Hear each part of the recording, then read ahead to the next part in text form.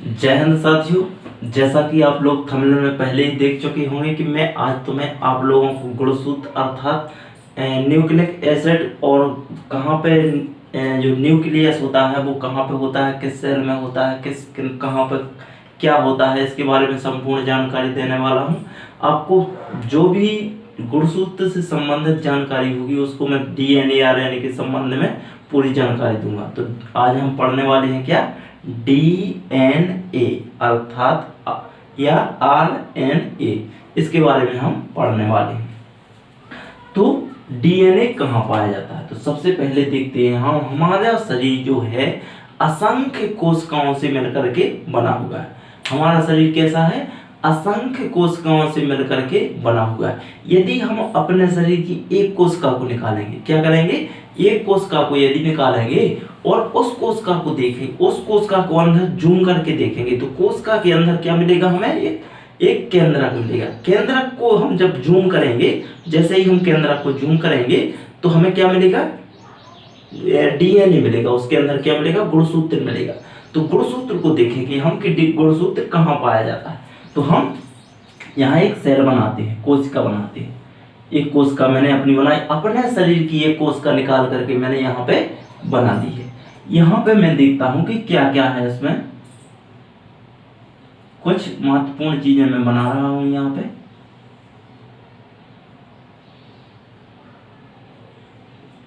जो कि आप देखते जाइए। यहाँ पे क्या दिया हुआ है, केंद्रक दिया हुआ है। यहाँ पे कुछ दाने जैसी आकृति दिखाई दे रही है। यहाँ से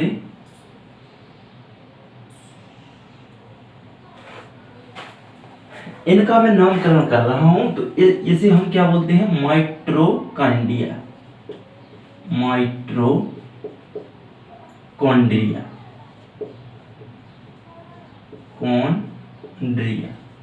इसे हम माइटोकॉन्ड्रिया बोलेंगे। ये क्या है, इसको ए और इसको हम क्या बोलेंगे, माइटोकॉन्ड्रिया। इसके बाद में हम इसको देखते हैं तो ये क्या है, अंतःप्रद्रव्यीय जालिका। अंतःप्रद्रव्यीय जालिका, अंतःप्रद्रव्यीय जालिका। ये हमारा क्या हो जाएगा, न्यूक्लियस अर्थात केंद्रक। क्या बोलेंगे इसे हम, केंद्रक बोलेंगे, केंद्रक। ये क्या है नीचे, राइबोसोम। क्या है ये, राइबोसोम।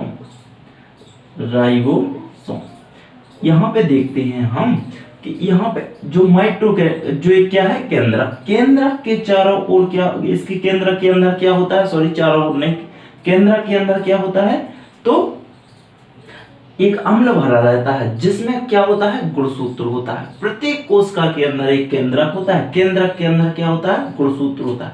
यदि गुणसूत्र संख्या में पूछे जाए तो कितने होते हैं, 46। कितने होते हैं, संख्या में पूछे तो 46 और जोड़ा में पूछे तो 23 जोड़े। कितने होते हैं, पुरुष में या मानव में कितने होते हैं, तो 23 जोड़े होते हैं। यहाँ पे देखते हैं हम माइटोकॉन्ड्रिया। माइटोकॉन्ड्रिया की यदि बात की जाए तो माइटोकॉन्ड्रिया, सर्वप्रथम क्वेश्चन खड़ा होता है कि माइटोकॉन्ड्रिया की खोज किसने की थी। तो माइटोकॉन्ड्रिया की खोज किसने की थी, तो अल्टमैन नाम के वैज्ञानिक थे। क्या नाम था, अल्टमैन नाम के वैज्ञानिक। कब की थी, तो कब की थी, 1890 ईस्वी में। कब की थी, 1890। माइटोकॉन्ड्रिया की खोज अल्टमैन नाम के वैज्ञानिक ने 1890 में की थी। यदि कहा जाए कि माइटोकॉन्ड्रिया का नामकरण किसने किया, इन्होंने तो क्या की थी, खोज ही बस की थी, लेकिन माइटोकॉन्ड्रिया का नामकरण किसने किया, तो नामकरण किया था के.आर. पोर्टर। किसने किया था, के.आर. पोर्टर ने कब, 1897 ईस्वी में। कब की थी, तो माइटोकॉन्ड्रिया की खोज अल्टमैन ने की थी तथा माइटोकॉन्ड्रिया का नामकरण किसने किया था, तो के.आर. पोर्टर के द्वारा किया गया था। यदि मैं बात करूं कि अंतःप्रद्रव्यीय जालिका, क्या अंतःप्रद्रव्यीय जालिका की खोज किसने की थी, तो गार्नियर नाम के वैज्ञानिक, गार्नियर नाम के वैज्ञानिक ने कब की थी, तो 1945 में की थी। कब की थी? 1945 में अंतः प्रदब्बीय जालिका की खोज गार्नियर नाम के वैज्ञानिक के द्वारा की गई थी। अब यहाँ थोड़ा थोड़ा सा मैं इसको देता हूँ, लेकिन मेरा जो मेन टॉपिक है वो क्या है? केंद्रक के अंदर डीएनए और आरएनए है, लेकिन मैं इसको थोड़ा हल्का हल्का सा बता रहा हूँ। इसके आगे देखते हैं केंद्रक। केंद्रक की खोज किसने की थी? यदि मैं कहूँ कि केंद्रक की खोज किसने की थी, तो केंद्रक की खोज किसने की थी? Robert brown. रॉबर्ट ब्राउन के द्वारा किसकी खोज की गई थी? केंद्रक की खोज की गई थी। इसके बाद राइबोसोम को देखते हैं। राइबोसोम को प्रोटीन की फैक्ट्री कहा जाता है, और ठीक इसी प्रकार से यदि माइटोकॉन्ड्रिया को देखूं तो इसे क्या कहते हैं? पावर हाउस कहते हैं। ऊर्जा का पावर हाउस किसे कहते हैं? माइटोकॉन्ड्रिया का। प्रोटीन की फैक्ट्री किसे कहा जाता है? तो राइबोसोम को। तो राइबोसोम की खोज किसने की थी? जी.ई. पैलाडे। जी.ई. पैलाडे। पैलाडे के द्वारा किसकी खोज की गई थी? तो राइबोसोम की खोज की गई थी। इसके आगे मैंने क्या किया है? अब केंद्र के अंदर पहुंचा हूं मैं। केंद्र को जूम करके मैंने अंदर देखा है, तो वहां पे मुझे क्या दिखाई पड़ा? वहां पे मुझे डीएनए आरएनए दिखाई पड़ा, अर्थात गुणसूत्र दिखाई पड़ा। तो गुणसूत्र को देखते हैं हम कि कैसा है। अब मैं इसको साफ करता हूँ, इसको जरा साफ कर दूं। इतना बात आप समझ गए होंगे। इसके बाद में इसे मैं क्या करता हूँ? साफ कर रहा हूँ।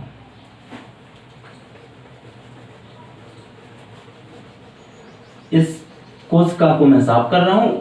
तमाम कोशिका के अंदर सब कुछ पाया जाता है, जैसे सेंट्रोसोम, जिसे हम क्या कहते हैं? सेंट्रोसोम को क्या कहा जाता है? तारककार। तारककार की खोज किसने की थी? बोवेली नाम के वैज्ञानिक थे, उन्होंने तारककार की खोज की थी। सेंट्रोसोम हमारे शरीर में क्या करता है? तो कोशिका विभाजन का कार्य करता है। क्या? सेंट्रोसोम। अब आगे देखते हैं हम गुणसूत्र के बारे में। तो गुणसूत्र हमारे शरीर में कितने होते हैं? मानव शरीर में 46 होते हैं। कितने होते हैं? 46। यदि जोड़ा में पूछे तो 23 जोड़े। कितने होते हैं? 23 जोड़े। यहाँ पे देखते हैं एक गुणसूत्र हमें कैसा दिखाई देता है? इस टाइप से दिखाई देता है। जोड़े में होते हैं तो एक ये हो गया और सेकंड ये हो गया। एक गुणसूत्र ये हो गया, दूसरा ये हो गया। गुणसूत्र को देखते हैं। यहाँ पे मैं गुणसूत्र लिख रहा हूँ, गुणसूत्र। इसे हम क्या कहते हैं? क्रोमोसोम कहते हैं। क्रोमोसोम। क्रोमोसोम बोलते हैं इसको। क्या बोलेंगे? क्रोमोसोम। सबसे पहले यदि उसने क्वेश्चन पूछा कि डीएनए का अवलोकन किसने किया, तो एक क्वेश्चन ये अलग हो जाएगा। इसके आगे यदि उसने कहा कि डीएनए का स्ट्रक्चर किसने दिया था, तो ये क्वेश्चन ये अलग हो जाएगा कि नहीं हो जाएगा? डीएनए का स्ट्रक्चर किसने दिया, तो ये क्वेश्चन अलग हो जाएगा। यदि कहा जाए कि डीएनए का सर्वप्रथम अवलोकन किसने किया, तो ये क्वेश्चन अलग बनेगा। चल देखते, यदि उसने कहा कि डीएनए का प्रथम बार अवलोकन किसने किया था, तो किसने किया? कार्लसबर्ग के द्वारा। कार्लसबर्ग ने किया था। कार्लसबर्ग ने देखा कि डीएनए केंद्रक के अंदर कुछ ना कुछ तो है। केंद्रक को जूम किया तो उन्होंने देखा कि कुछ ना कुछ तो इसके अंदर है। तो उन्हें क्या दिखाई पड़ा? उन्हें दिखाई पड़ा कुछ लच्छे जैसी आकृति दिखाई दी। लच्छे जैसी आकृति दिखाई दी।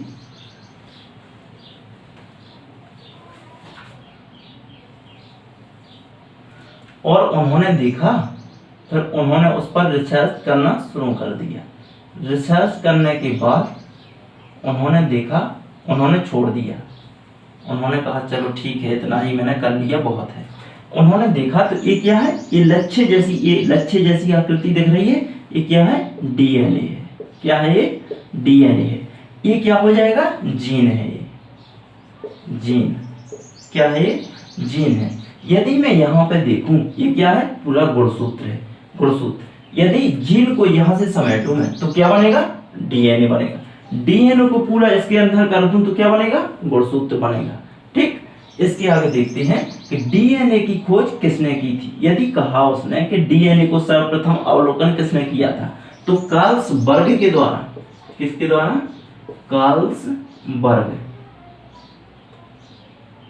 कार्लसबर्ग के द्वारा डीएनए का सर्वप्रथम बार अवलोकन कार्लसबर्ग के द्वारा किया गया था। यदि कहा जाए कि जीन, अब इसके बाद में कार्लसबर्ग ने यहां तक छोड़ दिया इसको। अब इसके बाद में एक और वैज्ञानिक आए, उन्होंने क्या किया कि यहाँ पे उन्होंने पकड़ा उसको और खींच दिया, तो ये क्या हो गया, पूरा फैल गया। तो उन्होंने देखा कि इसके अंदर कुछ और दिखाई दिया, तो उन्होंने कहा ये तो पूरा छितरा गया है, इधर उधर फैल गया है। तो उन्होंने इसको फैलने के बाद फिर और देखा तो उन्हें कुछ और दिखाई दिया। तो उन्होंने देखा कि ये फैल गए थे, तो इसके अंदर उन्हें कुछ दिखाई दिया, जिसे हम क्या कहते हैं, जीन कहते हैं। इस जो यहाँ पे बना रहा हूं मैं जी, डबल रस्सी जैसी आकृति आप देख रहे होंगे कि एक रस्सी ये है, एक रस्सी ये है। तो यह इसको इसे क्या कहते हैं हम, जो ए वाला भाग है इसे हम क्या कहते हैं, ये वाला दोनों एक ही है, कोई बात नहीं है। इसे हम क्या कहते हैं, न्यूक्लियोटाइड। क्या कहते हैं, न्यूक्लियोटाइड बोलते हैं। इसे हम क्या बोलते हैं, न्यूक्लियोटाइड कहते हैं।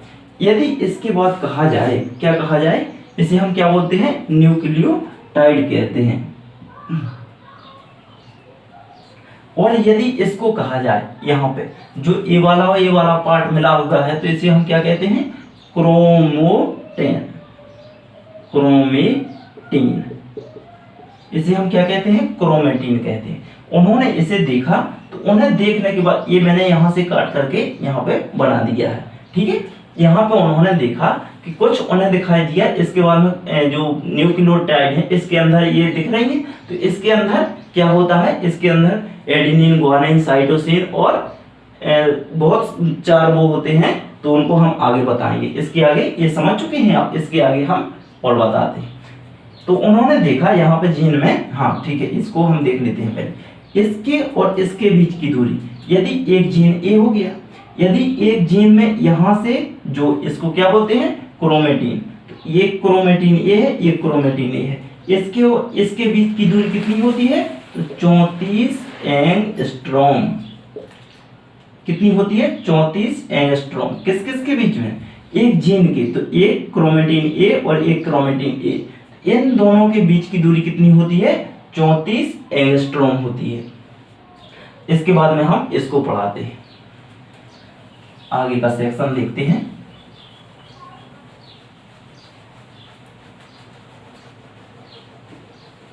न्यूक्लियोटाइड को देखते हैं हम। ये आप लोग अच्छे से समझ गए होंगे, इससे आगे हम और देखते हैं।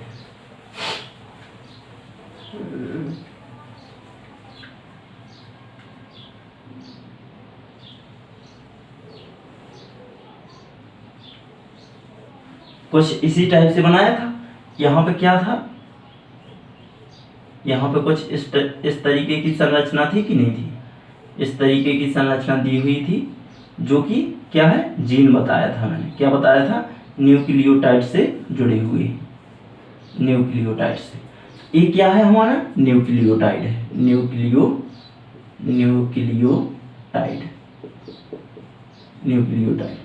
ये क्या हो जाएगा,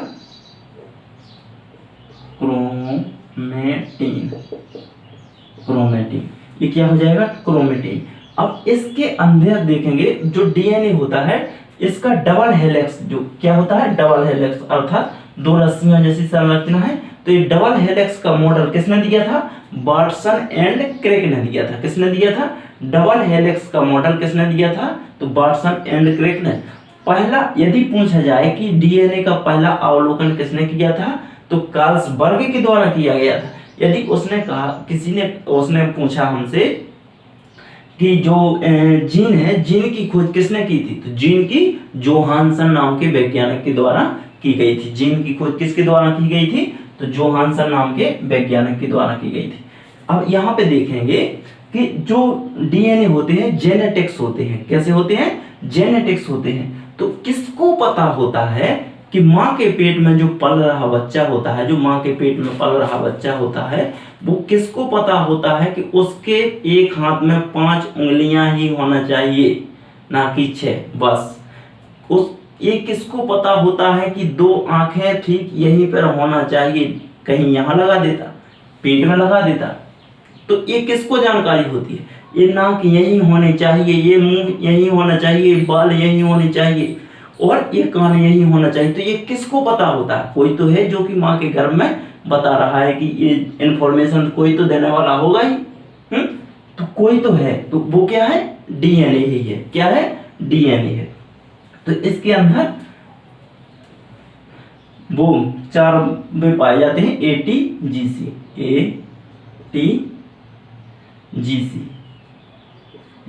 एटीजीसी। तो मैं इनको लिख रहा हूं, न्यूक्लियोटाइड मैंने यहां लिखा है, तो न्यूक्लियोटाइड मैं यहां लिख रहा हूं साइड में,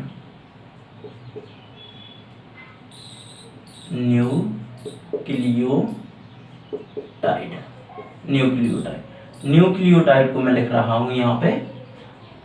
इसको मैं थोड़ा हल्का सा रब कर रहा हूं, साइड में बना दूंगा ऐसे भी। जब मैंने यहाँ पे क्या डाला? न्यूक्लियोटाइड डाला। इसको हम पहले देख लेते हैं। न्यूक्लियोटाइड यहाँ पे लिख रहा हूं,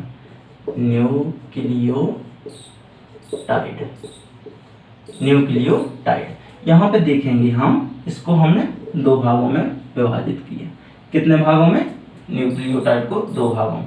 यहाँ पे देखेंगे हम, यहाँ पे क्या होता है? फॉस्फेट। यदि उसने कहा न्यूक्लियोटाइड में कौन सा तत्व होता है, तो कौन सा होता है? फॉस्फेट। कौन सा होता है? फॉस्फेट। कौन सा तत्व होता है? फॉस्फेट। एक होता है न्यूक्लियोसाइड।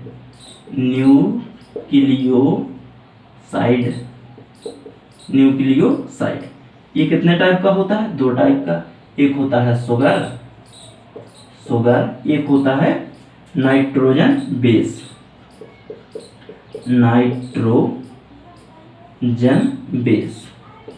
नाइट्रोजन बेस कितने प्रकार के होते हैं? तो 2 टाइप के होते हैं। कितने टाइप के होते हैं? 2 टाइप के होते हैं। पहला होता है प्यूरिन और सेकंड होता है पाइरेडमीन।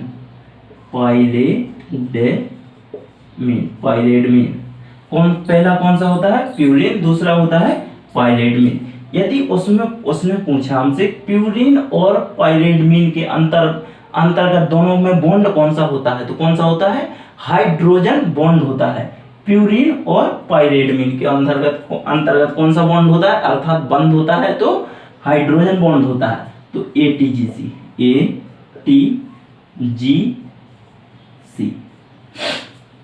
इसको देखते हैं हम, कौन सा होता है? Hydrogen bond. BOND। Hydrogen bond. कौन सा बॉन्ड होता है? कौन सा बंद होता है? तो हाइड्रोजन बंद होता है। यहाँ पे देखते हैं हम, इसको याद करने की तरह यहाँ पे एडिनिन लिखा हुआ है। क्या लिखा हुआ है? एडिनिन। इसको बोलेंगे हम ग्वानिन। Adenine, guanine. इसको बोलेंगे थायमिन। इसको बोलेंगे साइटोसिन। इसको बोलेंगे, इसको ए से हो गया एडिनिन, जी से हो गया ग्वानिन, टी से हो गया थायमिन, सी से हो गया साइटोसिन। ये हो गया। इसको याद हम कैसे करेंगे? ATGC। अब देखिए, जब किसी की न्यू शादी होती है, क्या होती है? नई शादी होती है, तो तब उसकी पत्नी क्या बोलने लगती है? अपने पति को किस नाम से बुलाती है? AG, अर्थात डेमो दे रही है। AG, आबे गधा। अब ये शॉर्टकट है उनका, लेकिन आपको समझना चाहिए। AG अर्थात आबे गधा। सुनो जी, सुनने गधा। तो ये इस प्रकार से हम याद कर सकते हैं। AG आबे गधा, सुनो जी। तो एडिनिन किससे जुड़ेगा? थायमिन से जुड़ेगा। एडिनिन थायमिन से। और ग्वानिन कैसे जुड़ेगा? तो साइटोसिन से। अब यहाँ पे देखते हैं कि मैंने कहा है कि एडिनिन और थायमिन के बीच में एक, और ग्वानिन और साइटोसिन के बीच में एक बंध लगा हुआ है। वो कौन सा बंध बताया है? तो हाइड्रोजन बॉन्ड बताया है। तो इसके बीच में कौन सा कितने बंध लगे हुए हैं? Double bond. और ग्वानिन और साइटोसिन के बीच में कितने बंध लगे हुए हैं? तो 3 बंध लगे हुए हैं। कितने बंध लगे हुए हैं? ट्रिपल बंध लगे हुए हैं। तो एडेनिन कैसे जुड़ेगा? थायमिन से। ग्वानिन कैसे जुड़ेगा? साइटोसिन से। कैसे जुड़ेगा? साइटोसिन से। एडेनिन थायमिन से जुड़ने के लिए कितने बंध की जरूरत है? 2 बंध की। पहले 2 ही आता है, इसके बाद ही तो 3 आएगा, नहीं आएगा। चलो तो इसको देखते हैं। एडेनिन ग्वानिन इससे जुड़ता है। इससे आगे और देखते हैं। यदि कहा जाए कि शुगर कौन सी होती है, कौन सी होती है शुगर? शुगर को देखते हैं कि शुगर कौन सी होती है। इसको रब कर दूं पहले में, इसके अंदर शुगर कौन सी होती है? तो डीएनए। यदि मैंने लिखा यहाँ पे डीएनए, आरएनए, डीएनए अर्थात डाईऑक्सीराइबोज शुगर। कौन सी? डाईऑक्सीराइबोज शुगर। यहाँ पे कौन सी होगी? Ribose sugar. यहाँ पे डाईऑक्सी, डी से हो गया डाईऑक्सीराइबोज शुगर, यहाँ पे होगी राइबोज शुगर। यहाँ पे समझ गए होंगे आप लोग। इससे आगे और देखते हैं। इससे आगे देखते हैं, डीएनए पूरा कंप्लीट हो गया। इसके आगे देखते हैं आरएनए को। किसको देखते हैं? आरएनए को। न्यूक्लियस तो आप समझ गए हो, न्यूक्लियोटाइड। न्यूक्लियोटाइड कहाँ होता है? केंद्रक के अंदर। न्यूक्लियस किसे कहा जाता है? केंद्रक को कहा जाता है। तो ठीक उसी प्रकार से न्यूक्लियोटाइड के अंदर में अंदर क्या होता है? न्यूक्लियोटाइड होता है। अब देखते हैं आरएनए को देखते हैं। किसको देखते हैं? आरएनए को देखते हैं। तो आरएनए डालेंगे हम, आरएनए। आरएनए देखते हैं हम। यदि हम यहाँ देखने जाएंगे, सबसे पहले देखने को जाएंगे। यदि कहा जाएगा इसमें शुगर कौन सी होती है? क्या होती है? शुगर कौन सी होती है? तो राइबो शुगर,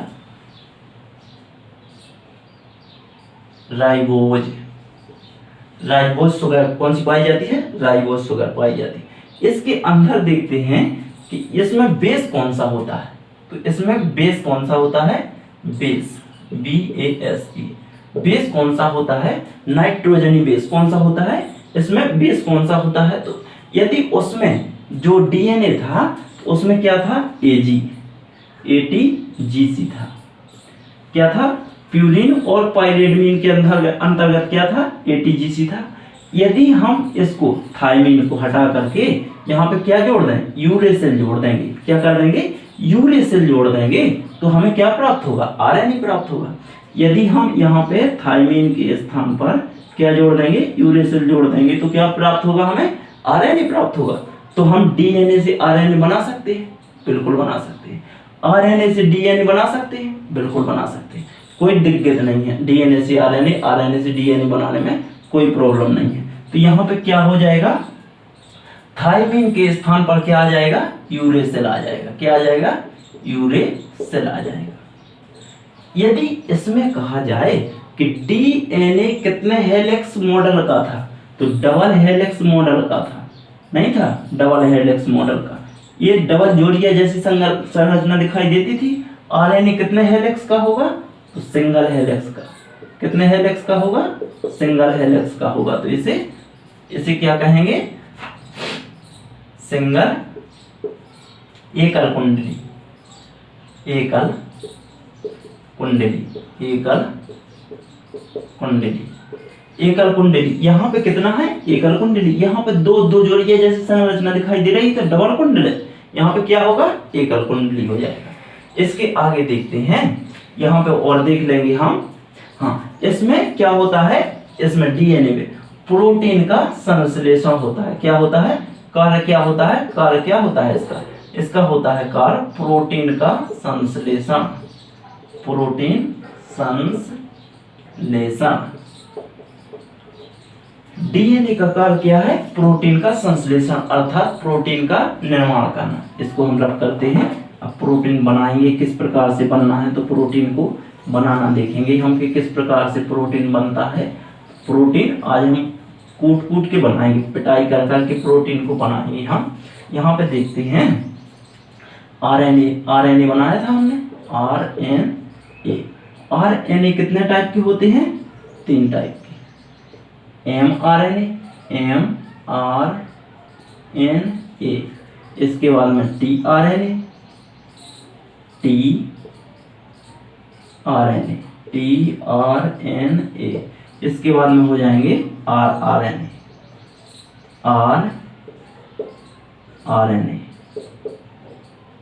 rRNA। यहाँ पे देखते हैं mRNA, tRNA और rRNA। mRNA का मतलब होता है मैसेंजर RNA। क्या होता है? मैसेंजर, अर्थात पहचान करना। इसका tRNA अर्थात ट्रांसफर करना, तो इसका परिवहन। और rRNA का करना क्या होता है? तो बनाना या निर्माण करना। यहाँ पे देखते हैं हमारे शरीर में प्रोटीन का किसका निर्माण करना है? तो प्रोटीन का। राइबोसोम किसका निर्माण करता है? तो प्रोटीन का निर्माण करता है। तो यहाँ पे किसका निर्माण होगा? प्रोटीन का निर्माण होगा। प्रोटीन का निर्माण कैसे होगा? अब हम देखते हैं, उसको समझते हैं किस प्रकार से निर्माण होता है। हमारे शरीर को 20 प्रकार के अमीनो एसिड की आवश्यकता पड़ती है। प्रोटीन बनाने के लिए 20 प्रकार के अमीनो एसिड की आवश्यकता पड़ती है, जो कि 10 प्रकार के अमीनो एसिड हमारे बॉडी में पहले से ही अवेलेबल रहते हैं। उन्हें बाहर से लेने की कोई ज़रूरत नहीं है। जो हमारे शरीर में पहले से 10 प्रकार के अमीनो एसिड अवेलेबल रहते हैं, उन्हें अनावश्यक अमीनो एसिड कहा जाता है। उन्हें क्या कहा जाता है? अनावश्यक अमीनो एसिड कहा जाता है। जो शेष 10 प्रकार के अमीनो एसिड हम लेते हैं, तो उन्हें हम भोजन के साथ लेंगे, तो ये क्या करेगा? ये पहचानेगा। जब भोजन हमारे अंदर जाएगा तो ये इतना होशियार होता है कि टुकुर देखता रहता है। क्या करता है? टुकुर देखता रहता है और छांटता रहता है कि किसको चाहिए, तुम चलो आगे, तुम चलो, तुमको चाहिए, चलो अंदर, चलो तुम बाहर चलो। तो ये क्या करता है? छांटता रहता है। यदि ये स्वयं छांट करके यहाँ तक लाएगा तो तब तक तो कुछ जो अमीनो एसिड होंगे वो तो कुछ निकल चुके होंगे, लेकिन ये इतना होशियार होता है कि ये क्या करता है कि इसको इन्फॉर्मेशन देता है tRNA को, इधर तुम क्या कर, मेरे पास कुछ अमीनो एसिड है, तुम यहाँ तक भेज दे। तो ये क्या करेगा? tRNA यहाँ से लेकर के कहाँ तक भेजेगा? mRNA तक भेजेगा। तो पहचानने का काम किसका हो गया? mRNA अर्थात मैसेंजर RNA। तो ये पहचानेगा हमारे जो भोजन में आए हुए 10 प्रकार के अमीनो एसिड है, तो उनको पहचानने का काम कौन करेगा? mRNA। परिवहन का कौन करेगा? अर्थात ले जाने का कार्य। यहाँ से यहाँ तक यदि यही लाएगा यहाँ से यहाँ तक, तो कुछ तो अमीनो एसिड आगे निकल जाएंगे, लेकिन ये क्या करता है? इसको इन्फॉर्मेशन देता है। तो ये यहाँ से उठा करके कहाँ लाता है? rRNA तक लाता है। तो rRNA ट्रांसफर किसने किया? tRNA। इसने क्या किया? निर्माण किया। किसका निर्माण किया? तो प्रोटीन का निर्माण किया। तो 10 प्रकार के अमीनो एसिड तो पहले हमारे शरीर में थे ही, जिन्हें हम क्या कहते हैं? अनावश्यक अमीनो एसिड, अमीनो अम्ल। 10 प्रकार के अमीनो एसिड जिन्हें हम भोजन से प्राप्त करते हैं। तो 10 प्रकार के कहाँ से प्राप्त होते हैं? भोजन से प्राप्त होते हैं। टोटल मिलाकर के क्या होता है? 20 होते हैं अमीनो। 20 प्रकार के अमीनो एसिड हो जाएंगे। 20 प्रकार के अमीनो एसिड के निर्माण से ही क्या बनता है? एक प्रोटीन का निर्माण होता है। एक प्रोटीन का निर्माण होता है। कितने प्रकार के अमीनो एसिड से? तो 20 प्रकार के अमीनो एसिड से। अब देखते हैं, ये समझ गए होंगे। इसके आगे देखते हैं हम कि प्रोटीन निर्माण की प्रक्रिया को कहते हैं। जब प्रोटीन 20 प्रकार के प्रोटीन का निर्माण होगा, तो क्या इस प्रक्रिया को क्या कहते हैं? कैटाबोलिज्म में बोलेंगे या एनाबोलिज्म में बोलेंगे? क्या बोलेंगे? तो इसे एनाबोलिज्म कहते हैं। एनाबोलिज्म का मतलब होता है जोड़ना। क्या होता है? जोड़ना। और कैटाबोलिज्म का मतलब होता है काटना। तो ये क्या है? एक प्रोटीन निर्माण की प्रक्रिया कैसी है? तो एनाबोलिज्म है। कैसी प्रक्रिया है? एनाबोलिज्म प्रक्रिया है। अब यहां से देखते हैं, हम स्ट्रक्चर से समझते हैं, फॉर्मूले के तरीके से समझते हैं कि कैटाबोलिज्म है या एनाबोलिज्म है। कैटाबोलिज्म और एनाबोलिज्म को फॉर्मूले से देखते हैं हम। इसको रब करने के बाद हम देखते हैं कि कैटाबोलिज्म या एनाबोलिज्म किस प्रकार की क्रिया है। सर्वप्रथम क्या था? डीएनए। क्या था? डीएनए। इसके बाद में क्या था? आरएनए। आरएनए। इसके बाद में क्या बना था? प्रोटीन। प्रोटीन बना था। सबसे पहले डीएनए, इसके बाद में आरएनए, इसके बाद में प्रोटीन। जब डीएनए से आरएनए बना था तो थायमिन के स्थान पर क्या जोड़ा था? यूरेसिल जोड़ा था। क्या जोड़ा था? यूरेसिल जोड़ा था। तो क्या बन गया था? आरएनए बन गया था। यहां पे हम देखते हैं, यहां पे देखेंगे डीएनए से डीएनए बनाने की प्रक्रिया क्या है? डीएनए से डीएनए बनाने की प्रक्रिया को क्या कहते हैं हम? रेप्लिकेशन। क्या कहते हैं? रेप्लिकेशन। रेप्लिकेशन। डीएनए से डीएनए बनाने की प्रक्रिया को क्या कहते हैं? रेप्लिकेशन कहते हैं। यदि डीएनए से आरएनए बनाने की प्रक्रिया को क्या कहते हैं? तो ट्रांसक्रिप्शन। ट्रांसक्रिप्शन।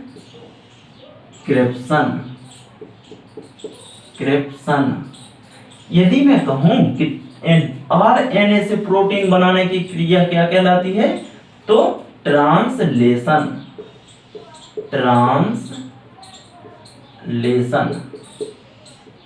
ट्रांसलेशन। यदि मैं कहूं कि डीएनए से आरएनए बनाने की प्रक्रिया को क्या कहते हैं? तो ट्रांसक्रिप्शन। डीएनए से प्रोटीन बनाने की प्रक्रिया को क्या कहते हैं? तो ट्रांसलेशन। यदि मैं कहूं कि आरएनए से डीएनए बनाने की प्रक्रिया को क्या कहते हैं? तो क्या कहते हैं? रिवर्स